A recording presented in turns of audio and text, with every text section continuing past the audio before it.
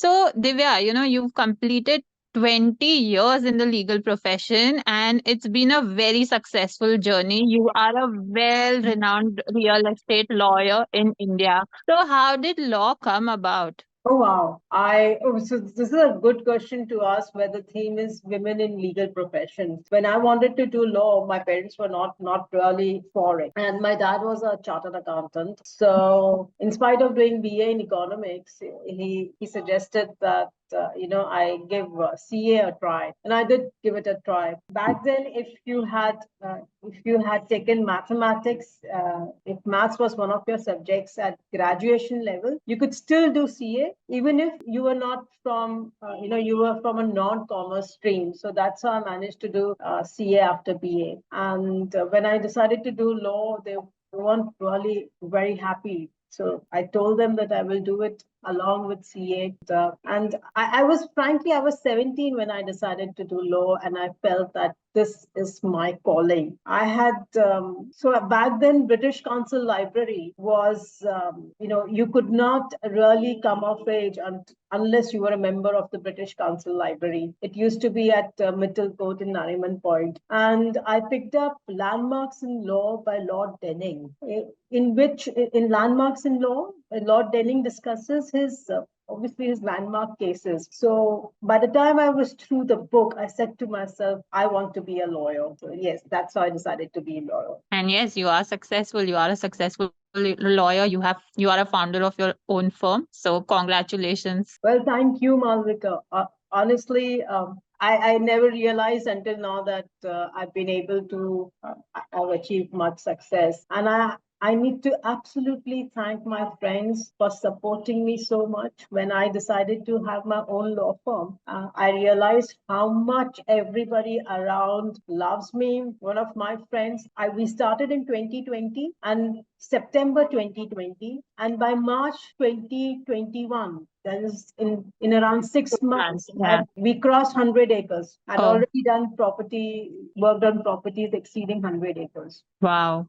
Nice. So, Divya, again, in these 20 years, did you ever feel that women need to break a glass ceiling? I really don't know whether there is a glass ceiling. And to tell you the truth, I never thought about it. I grew up being told that do your best, whatever you decide to do, give it your best. And that is the kind of attitude I adopted when I started practicing. And honestly, if last year I was invited for a webinar on Women's Day, and I had the pleasure of being on the panel with lady advocates from the Supreme Court of India. I mean, it was really quite an eclectic session. And what came out of the session is, if you think of your womanhood as a weakness, as a handicap, then it will become a handicap. Think of your womanhood as your strength, and think of any so-called handicap as your strength and not your weakness. And honestly,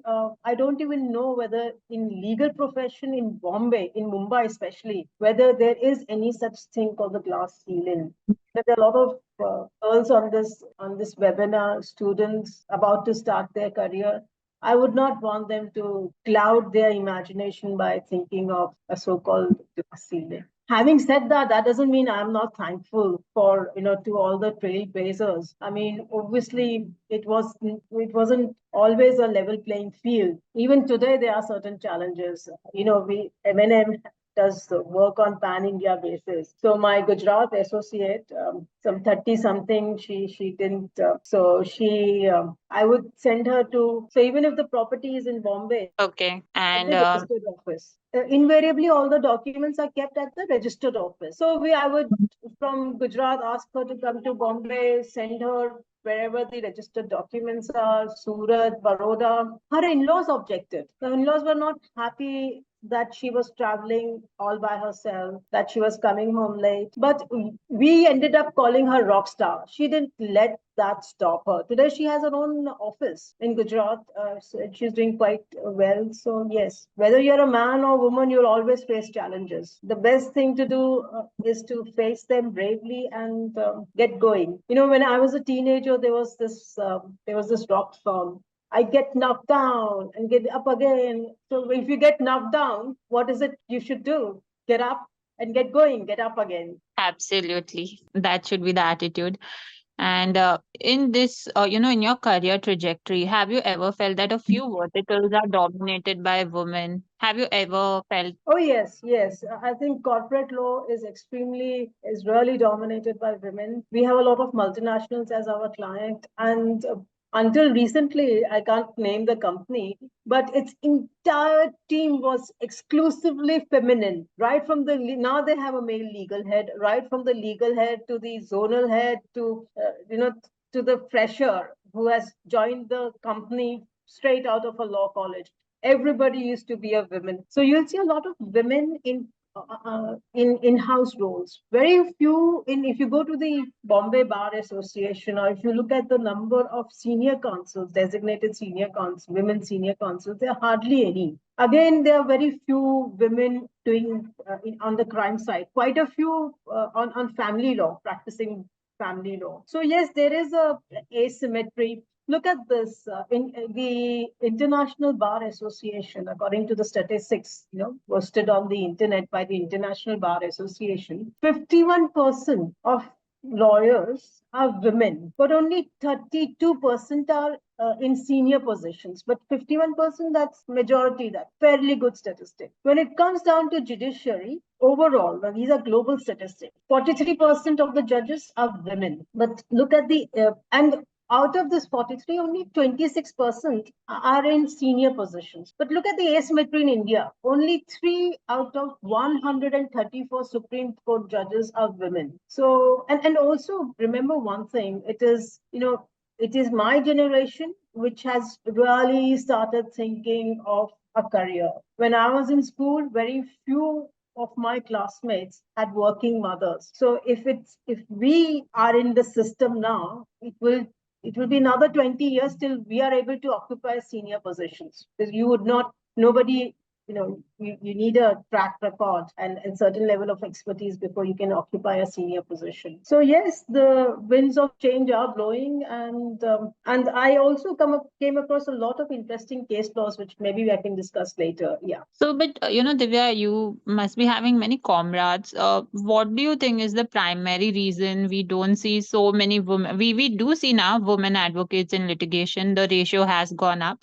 But what is the primary reason that women prefer corporate law or they don't prefer litigation? Uncertainty, a lot of uncertainty in litigation is both physically and mentally demanding for you to do justice, and you need a certain outlay too, which in corporate law you are assured of your salary. You If you have to take say if you have to go on maternity leave, there is a backup. In litigation, if you go on maternity leave, so then erratic timings, corporate, at least the timings are, unfortunately, household responsibilities are still looked upon as a women's job. So I feel that work from home gives women they will be able to better balance their lives.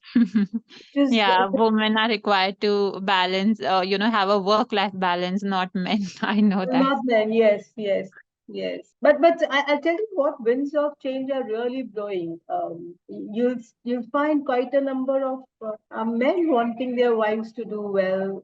I mean, if my spouse wants to do something, I feel it duty bound to let my husband do what he wants, and I'm sure the husbands feel the same way. I mean, really, if you love somebody, you would want to give your partner, spouse, whatever, boyfriend, girlfriend, wings to fly instead of retarding his progress. If you really genuinely love somebody, you would want him to do well or her to do well. Just the way all of us want our children to do well. Also, Divya, you mentioned about, corporate being more flexible and more promising for a woman. But let's be honest, don't the interviewers or a corporate firm prefer men over women because of the maternity leave and then, maybe they'll just drop off. So, what is your experience on this? Quite frankly, I had corporates tell me, "Oh, you know a good male advocate," and I asked this fellow why. I mean, why are you looking for a male advocate? And his major concern was, oh well, we are a real estate company and we want our lawyers to be on the ball all the time.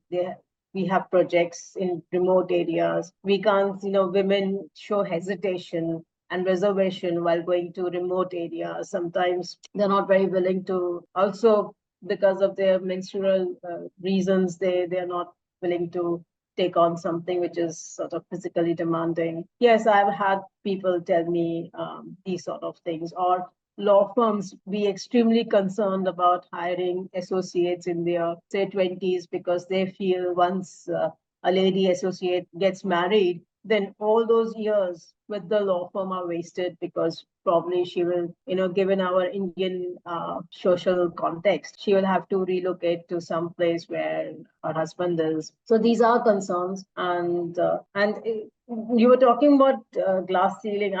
Only because I don't think about it, that doesn't mean I'm not thankful to all the women who have, done groundbreaking work and created a launching pad for us, made a more level playing field for us. So I came across a very interesting case while sort of preparing for this webinar. So this is in 1991. So an LIC employee was fired because she did not disclose make what LIC said. She did not make correct and full disclosures about her pregnancy, about her menstrual cycle.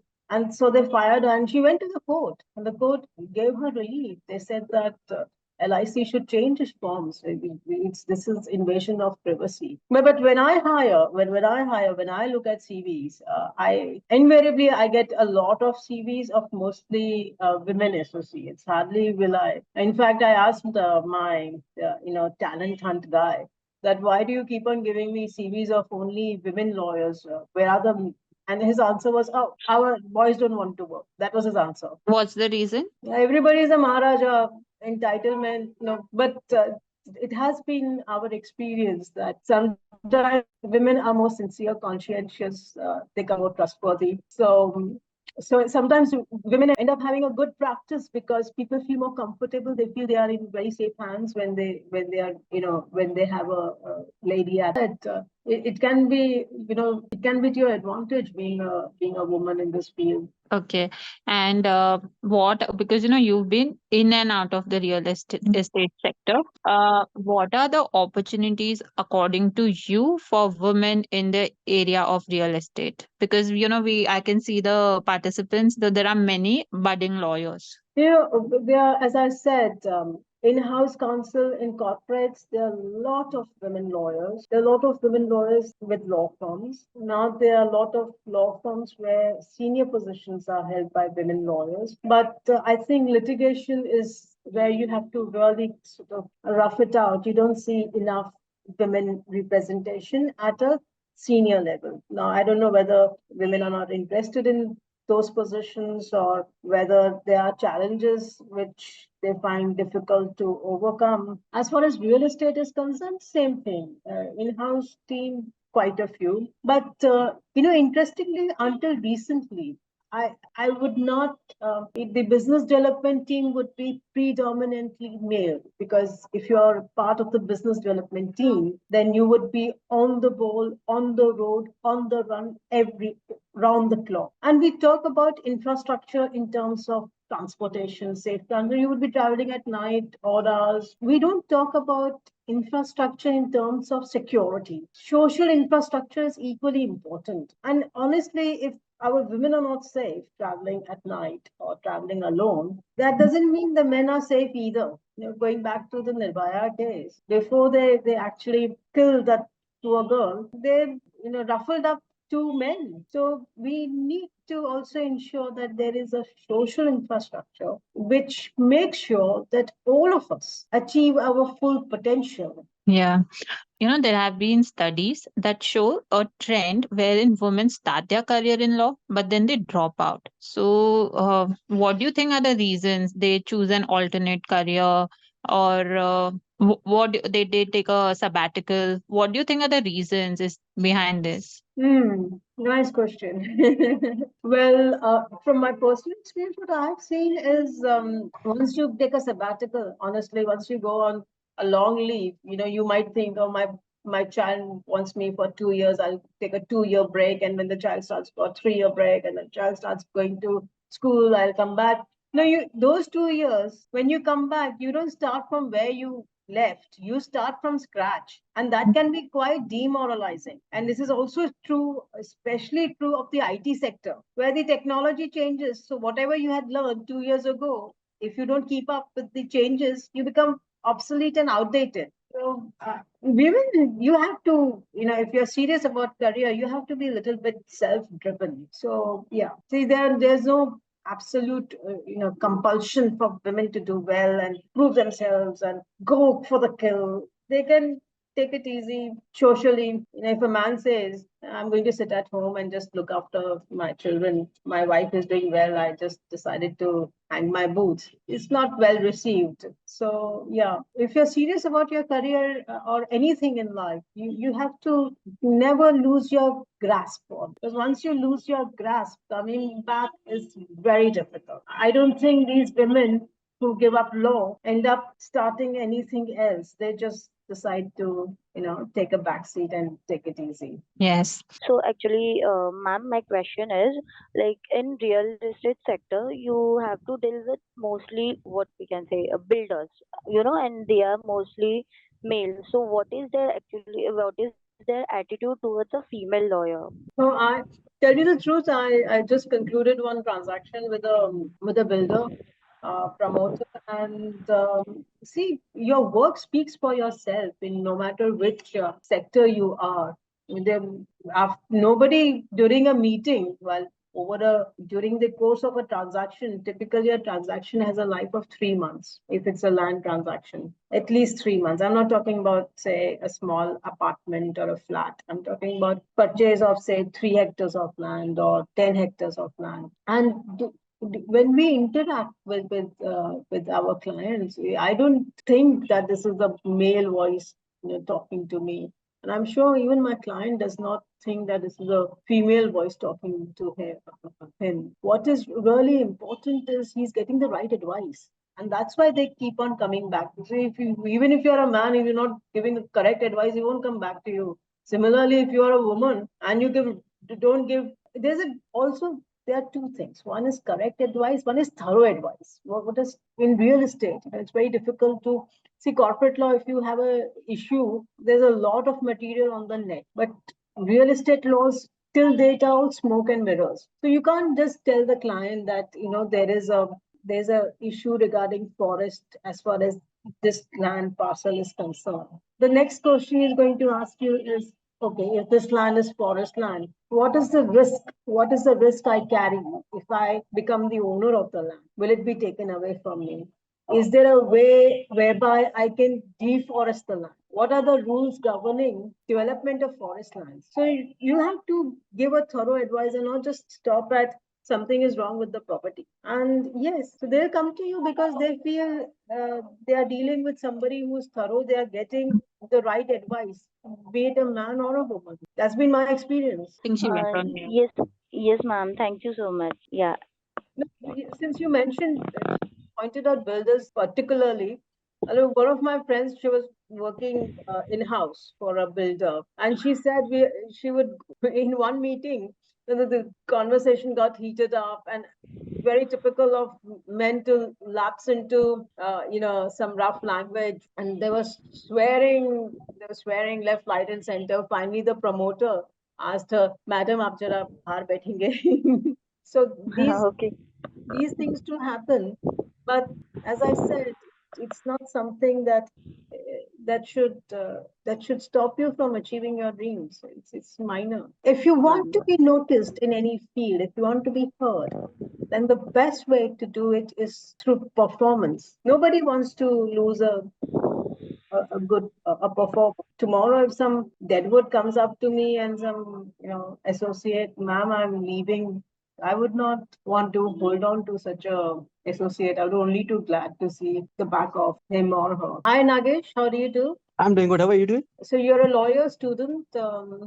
Just cleared LLB last year. Oh wow. What is it you do? I'm thinking of going to practice litigation. Oh wow.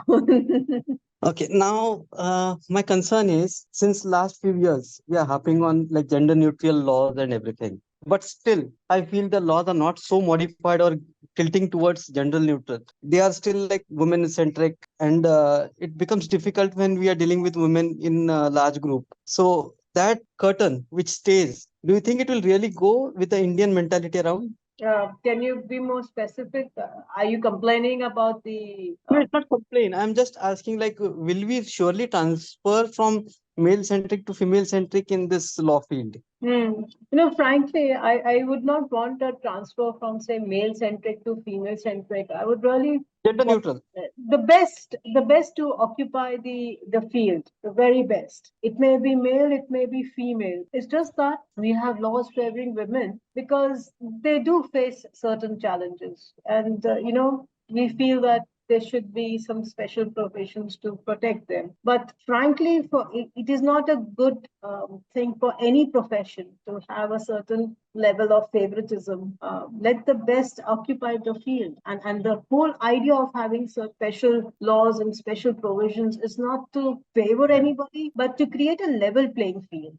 Yeah, I agree to that. It should be level playing and on merit. Absolutely, because once you start demoting merit and once you start undermining merit, it is very demoralizing for the entire workforce. Even if you're in corporate and you see somebody, a non-performer, being promoted, everybody feels terrible about it. You Yes. end up demoralizing the whole entire work. So that's not a good practice altogether. And I hope that is not the fallout of all these laws and gender specific provisions. I really hope not. Yeah, thank you very much. Yes, Neha. Yes, ma'am. Good afternoon. Am I audible? Good afternoon. Yes, yes, you are. Yes, ma'am. My query was that what are the career prospects for women in law from the real estate perspective? Well, there are a lot of things anybody can do in law. I mean, and from a practical, I think, as I said, if you don't want to be a trailblazer and upset the sort of the apple cart, even then you can do a lot being a lawyer. You can join a corporate, be on an in-house team. You can have your own practice. You can join a law firm. You can decide on your area of specialization. You can do intellectual property rights. You can do, see, for things like mergers and acquisitions, if it's a high ticket item, you have to have a certain outlay to a bench, a team, because when a transaction comes to you for corporate due diligence, you at any given time you need a real estate expert who will look at the real estate aspect. You'll require a corporate expert. You will need a labor expert who will look at the labor law compliances. But otherwise, I'm a big fan of promoting my own vertical real estate. It's the best vertical, honestly. Litigation can be sometimes tiring because matters go on and on and on. Each transaction, you're done. Maximum duration is 3 months, and you go on. And then you have another transaction, another challenge. And each transaction is quite different. There is hardly any repetition. Drafting, real estate drafting is very typical and peculiar. I think I've given a lot of lectures on this platform and other platforms to demystifying deed of conveyance, on demystifying the law regarding mortgages. So, and therefore, very few people, there are quite a few. I don't know why real estate does not seem to be attracting a lot of talent. So there are very few people with real estate as their expertise. But as I said, unlike litigation, in real estate you can really you can close a transaction in 3 months. You can do title due diligence. You can do documentation, which includes your deed of conveyance, sale deed, leases, leave and license, development agreements, irrevocable power of attorneys. And you can work remotely. You don't have to have a physical office or be present, be there all the time. Thank you for You explaining can it. also join the Thank you. judiciary. Problem is there are many girls are not wanting to join the judiciary because you never know where you get transferred. Now, one of my friends, her earlier posting was in Alibag, and now she's posted somewhere, in the interior Maharashtra. And there, of course, if you're thinking of lower judiciary, then it helps if you know Marathi because a lot of cases you'll be doing. So there's no company law board and LCLT tribunal in, say, Alibag district court or sessions court. So a lot of cases that you will be handling will be of crime, murder cases, crime cases, rape, harassment, and plus if your family is not supportive, then your family life may get disturbed because you never know where you are being posted. But as I said, these are not, look at my Gujarat associate. She told, we call her rock star for some reason. She told her in-laws, now enough. I'm going to do what I'm going to do, even if it doesn't please you. Okay, ma'am. And Divya, what do you think? Like, I just want your insights, since we're talking about career prospects.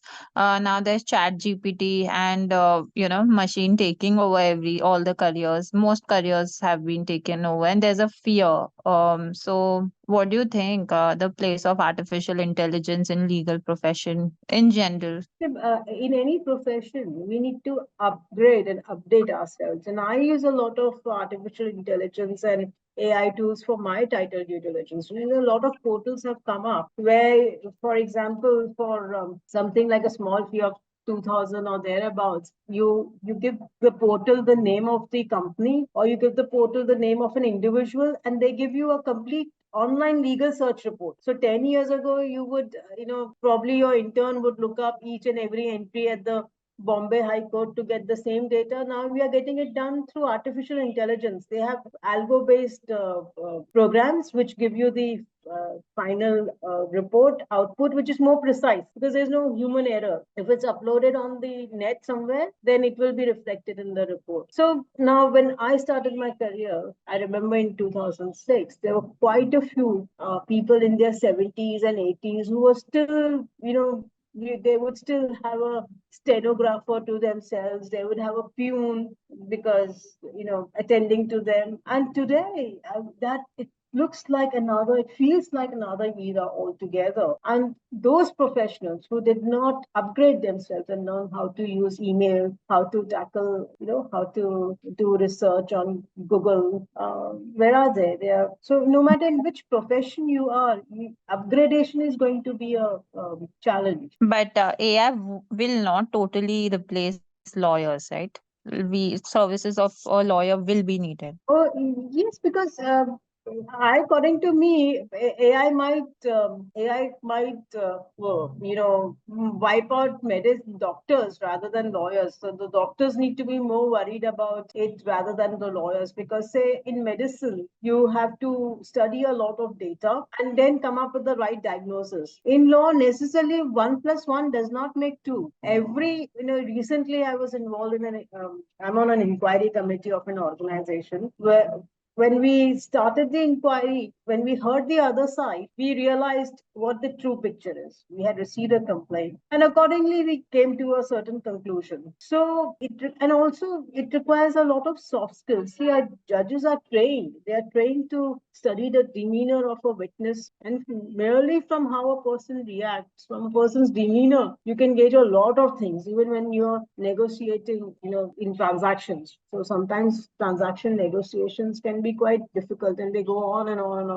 I've been through negotiations that have lasted 5 hours at a stretch, and with some very sharp tactics. I remember in one case, we kept on telling them, let's start with the crucial documents first. But no, and today I feel it was a tactic. They started with, these comfort letters and very ordinary documents first. So by the time we took up the debenture trust deed and the loan agreement, everybody was already tired because that was towards the end. And then we said, no, we are going to reschedule the meeting.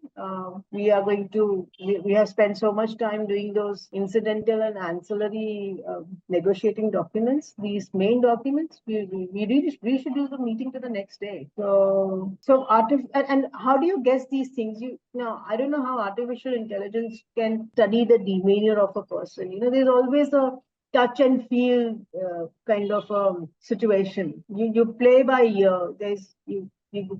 especially in, say, litigation, when you're before a judge or and you never know what other person may spring upon you. See, where everything is certain, where all the factors can be codified, then artificial intelligence will work very well. But not in a case, not in an instance where everything cannot be codified. Now there are so many precedents. Yet every time I get a case, there's something unique in that, which I don't find in any of the precedents. Of course, AI can be a very useful tool for say, our research work, for finding precedents. So now, nobody looks up AI reports. Everybody goes to Manupatra, everybody goes to Google search, India Kanun to look up a case law. So, yes, at least I think it will be another 10 years before they can codify everything. But yes, there might be something new which takes you by surprise. Yes. But AI is very helpful as a tool. It's very helpful. Even in they talk about standardizing contracts, which has already taken place. A lot of contracts which are standardized, but that would be for standardized transactions. Today we do a lot of standardized transaction when we buy things on net, on Amazon. But if you do something which is not standardized, which is out of the way, and lawyers are getting paid even today for doing. I mean, it is when it M&M, when you instruct a law firm of our size, it is not for doing something run of the mill. Yes. I had a question, Divya.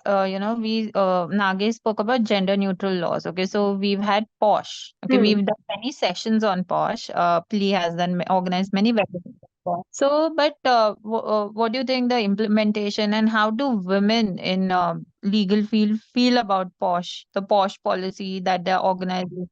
No, quite frankly, POSH is, you will see, I haven't heard of any law firm having a POSH policy, honestly. You have all these corporates who are so worried about compliance, especially, foreign and multinational corporates. They have a gender neutral policy and they have these gender sensitization sessions. And then probably the junior most associate goes and makes a presentation. And it's just looked as a nice time for billing. I feel that, see, not just I had a client which said that we don't have just an internal policy.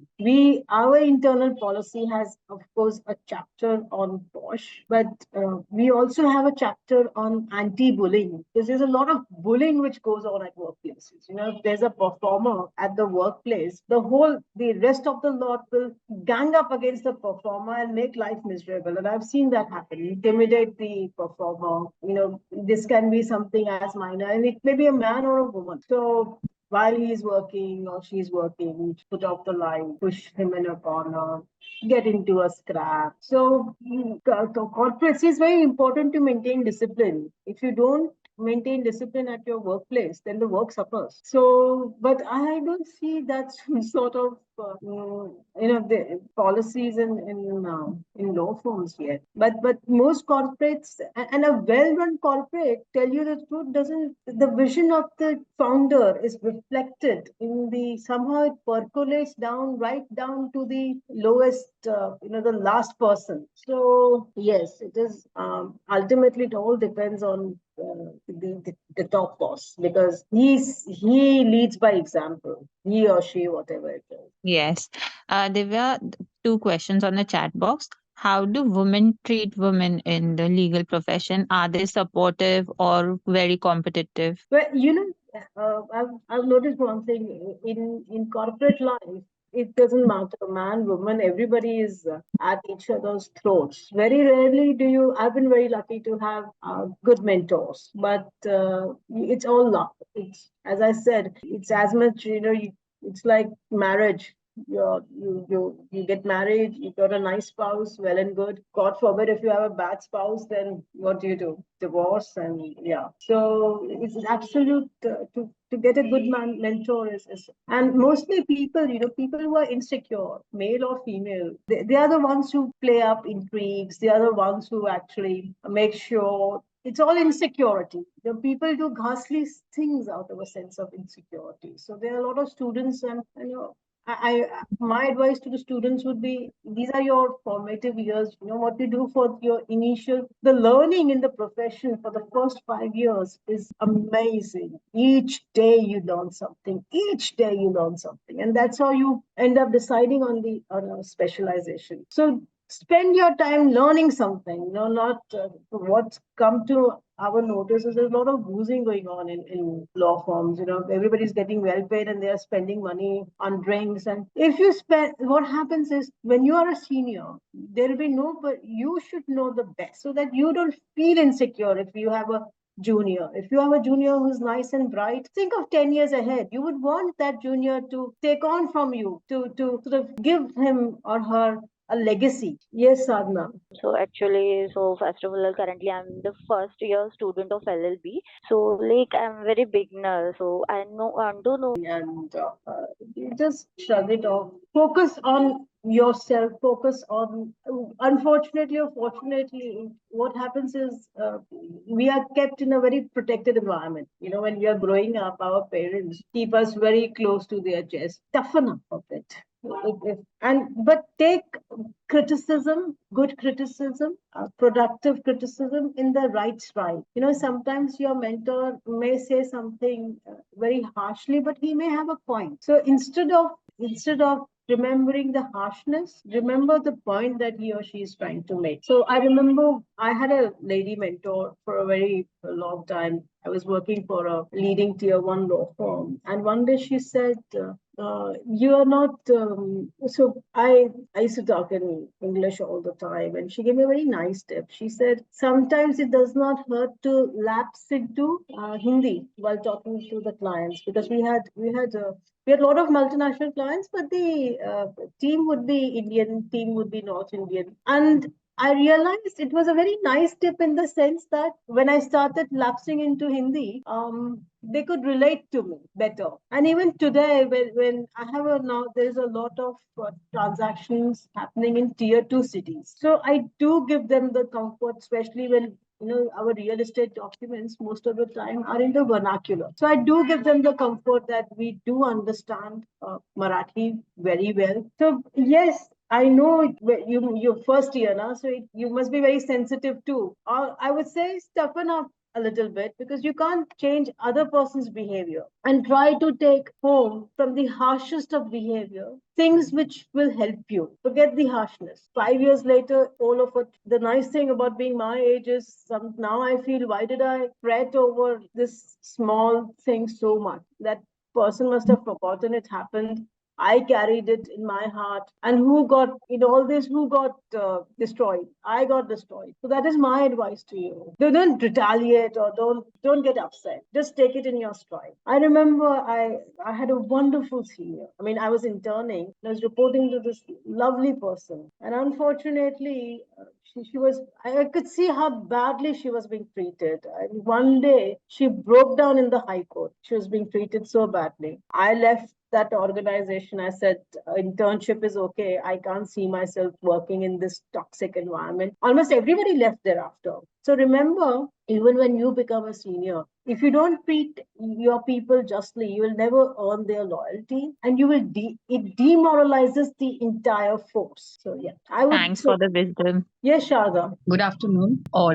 I want to thank you first of all because you put forward a very today's topic is very interesting because women do have a lot of they have to fight not only their own brethren but even the male counterparts to get somewhere in life. And I'm a litigant turned lawyer. Oh, I became a lawyer at a very young age of 46. wow. And today I'm 57. So Oh, what I'm great. trying to, yeah, actually I'm a victim of assault, Oh, and it was in the family. So I have two daughters. So the reason for becoming a lawyer was that since a woman cannot be safe in a house, I don't think she can be safe anywhere in the world. So that is the reason while going to court, and unfortunately, I'm based in Mumbai itself.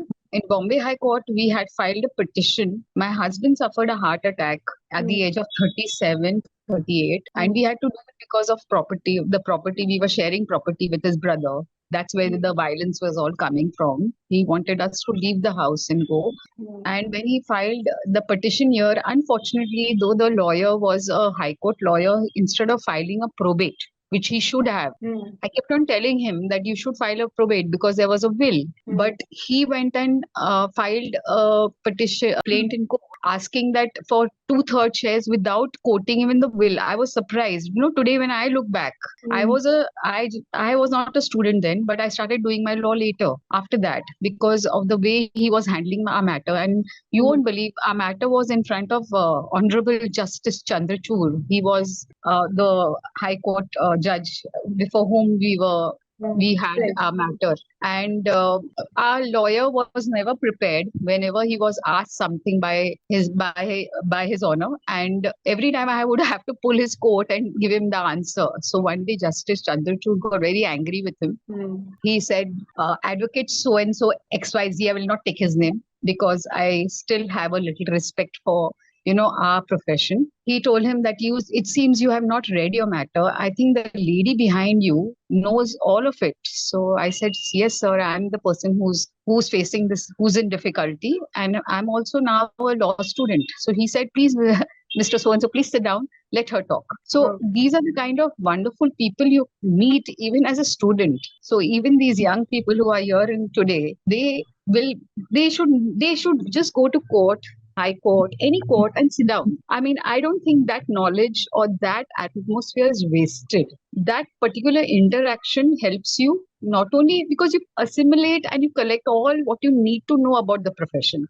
It's a very honorable profession. Unfortunately, we don't have people up to the mark. There are many people, 3/4 of those people are not up to the mark. They don't know how to respect that profession. Neither do they know how to, give justice to people who are in search of it and need of it. Anyway, coming back to my own case, I finished my law at the age of 46. The thing is, when I finished my law, I was finding it very difficult to get a senior because they believed at the age of 46, this lady cannot run. She cannot run in the corridors of law. I started with the criminal court at Andheri. I stay in Andheri, so my kids were very small. I mean, that time my younger one was around, I had her late, so she must have been around 8 or 9. So, I had to come back home when she came back from school. So I preferred going to Andheri court here. So I got a senior. But, I noticed that this bias was there because I was older, I was a woman, a married one with children. And a older male lawyer was given more, they, even if they joined the profession late, they definitely got a better break. That people thought I've been practicing the profession for a long time. So when they came to know I'm a lawyer, people would come to me and I would take my case, whatever the case I got, to the best person who could handle it. Now, I don't know if these the people who are today in this particular this discussion, whether they know that a lawyer cannot be a jack of all trades. He can be only a master of one or two. I don't think there are very few lawyers who can do civil and criminal together. Very few. Most of the civil lawyers do not step into the criminal arena, and the criminal, of course, the lawyers don't have time to go into the civil arena. So what they do is they pass on the matters to whoever they are associated with, or if they have a firm, then they have designated lawyers who will definitely take up a civil matter or a criminal matter that way. But because I was older, and because people came to me thinking I was a lawyer practicing for some time, I would get matters small at first, and then I would go to the best possible person very humbly. What has helped me is being humble. I used to go to a senior, even if he was younger to me, I would say, sir, I want you to help me to handle this matter. Please guide me. You can keep the fees or whatever you can decide about the fees. You can keep the fees, but let me learn. Being humble has helped me. I would get the best of help, best of mentorship, and I have been successful in whatever I did. So I was doing civil, I was doing criminal, to the extent I went to Mantralaya, I went to in front of ministers. It has helped me because I never let my failing undo me. And today, even these young kids who are here, who are in this particular group, they have to learn the first thing is to be humble. If you're humble, you can definitely go places. A tree that bends definitely will face any storm. and it'll never be uprooted. Participant wants to know that, at the age of 42 has completed law graduation, now doesn't want to join non-litigation under a senior. So what are the avenues in non-litigation? Can you guide the participant? Yes, as I said, for example, our core competency is real estate. So in real estate, what do? We do title due diligence, we do documentation, and we draft a lot of documents. But I would still advise you, it doesn't matter whether you're 42, 43, 50, 60, age is just a number. In fact, law is something where if you have seen life, if you experienced life, all that living itself is an experience. All that helps you understand laws better. I remember when I first read Contract Act and when I read contract now, it's a completely different perspective. So but what I would suggest, at least go to the courts and read judgments, and all those CVs are custom made. I mean, sorry, not custom made, are, taken from the internet. I can make, when I first received an email which said, ma'am, I want to join your reputed and prestigious organization, and etc., etc., I was very impressed. But then I realized I received 3 CVs with the same language, and that's when I realized there's some portal out there which is churning out these ready-made CVs. So do your homework. Seek and you shall find.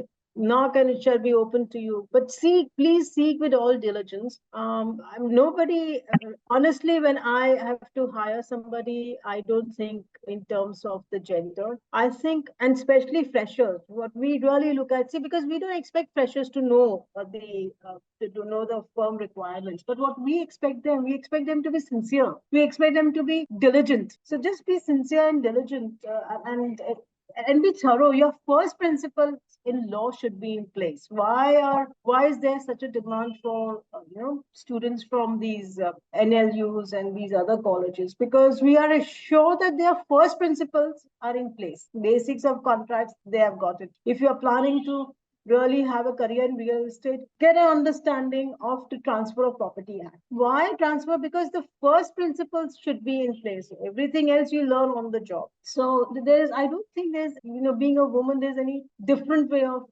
approaching seniors.